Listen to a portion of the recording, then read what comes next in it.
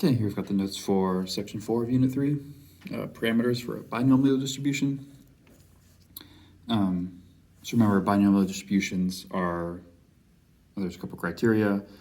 The events have to be random. There's only two possible outcomes, typically referred to as success or failure, although which one is a success and which one is a failure depends on your question being asked. Success doesn't necessarily mean something good. Failure doesn't necessarily mean something bad. Like success is just the thing you're looking for to happen. Failure is everything else. So down here, so parameters refer to the mean, variance, and standard deviation. So we have these formulas. So to find the mean of a binomial distribution, you multiply n by p, where n is the number of events and p is the probability of success. The variance is n times p times q, where q is the probability of failure, and then the standard deviation is always just the square root of the variance, so square roots.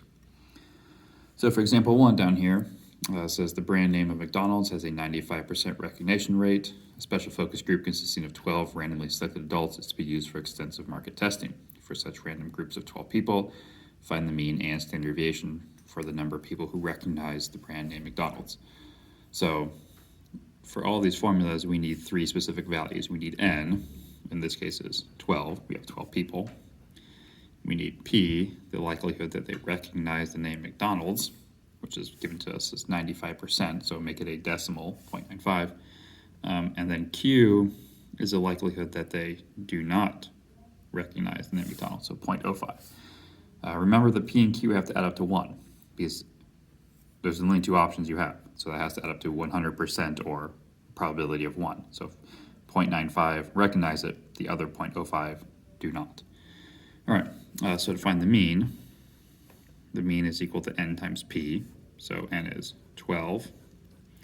P is 0.95.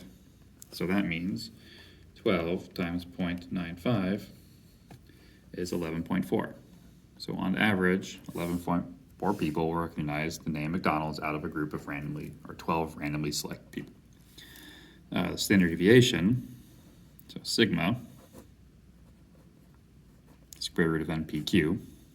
So it's the square root of 12 times 0.95 times 0.05.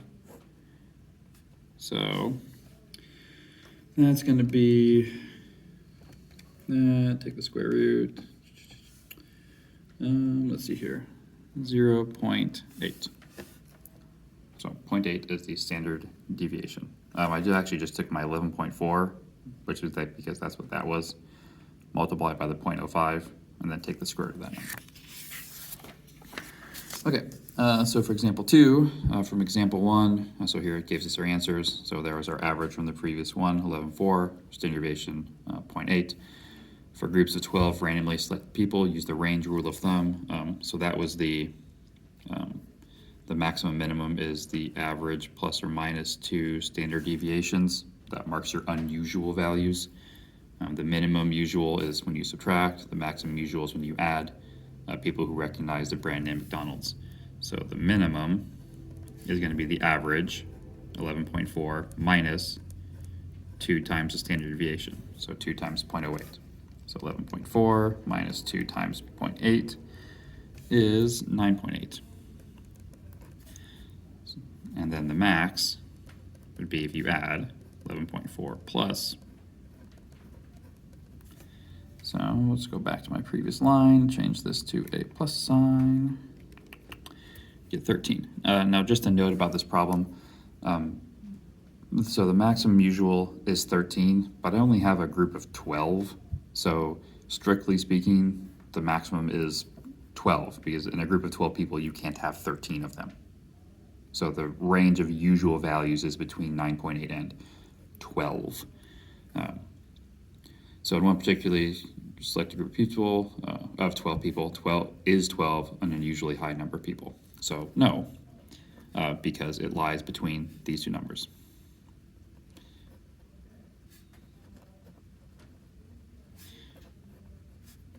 The min and max usual values. Okay. So example 3, among 945 births, there were 879 girls born to parents using the XORT method. Assuming the boys and girls are equally likely, find the mean and the standard deviation. Okay, so we need N, we need P, we need Q. So N is the number of babies, so 945. P is the likelihood that we get a girl, so 0.5, assuming boys and girls are equally likely. And Q is the likelihood that we get a boy, or not a girl, 0.5. So the mean is N times P, so that's 945 times 0.5, which is, on average, 472.5 girls out of 945 births. So the standard deviation is the square root of N times P times Q. So that's the square root of 945 times 0.5 times 0.5. This, so 945 times 0.5 times 0.5 is 236.25, and I take the square root of that answer, and I get 15.4. It's my standard deviation. So use the range rule of thumb to find the minimum usual and the maximum usual. So the minimum usual is the average minus 2 standard deviations. So that's 472.5 minus 2 times 15.4.